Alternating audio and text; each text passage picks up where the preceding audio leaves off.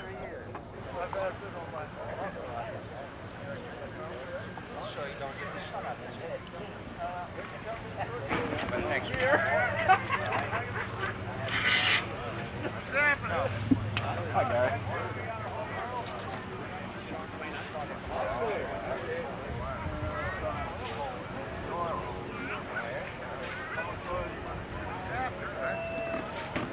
Better get walk around with a tripod and set it down from trying to stand.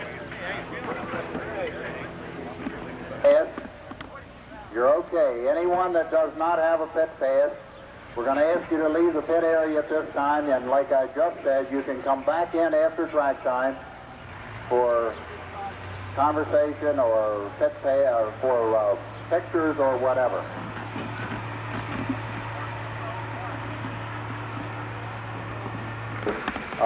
Gene Goodling, and I'm only mentioning a few, and we got Grandpa down here. Hey, Pappy up.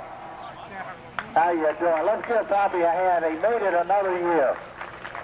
And for the ones who don't know, I got to run through this real quick. Pappy won the last midget race in the Farm Show Building Indoor Arena in 1941.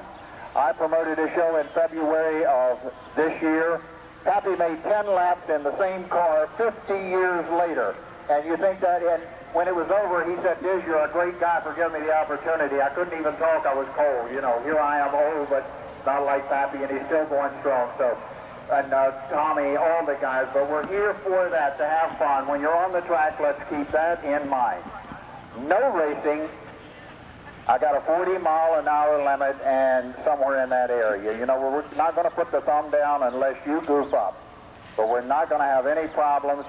We're lucky, and I say this sincerely, we've got Dennis Unger and Norman Fruit from NBC right here. So I want you guys to look your best. We're going to be on NBC Sunday Today Show.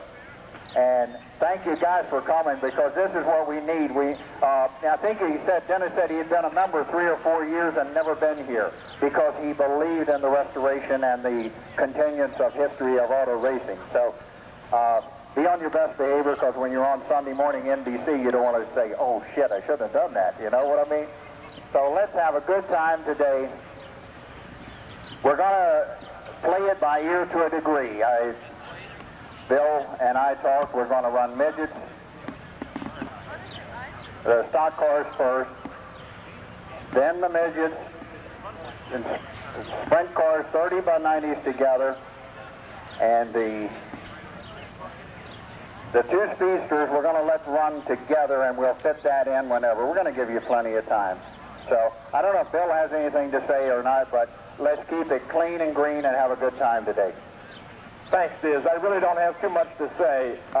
Keep it safe. You know what the rules here at Latimore Valley are. Please obey them.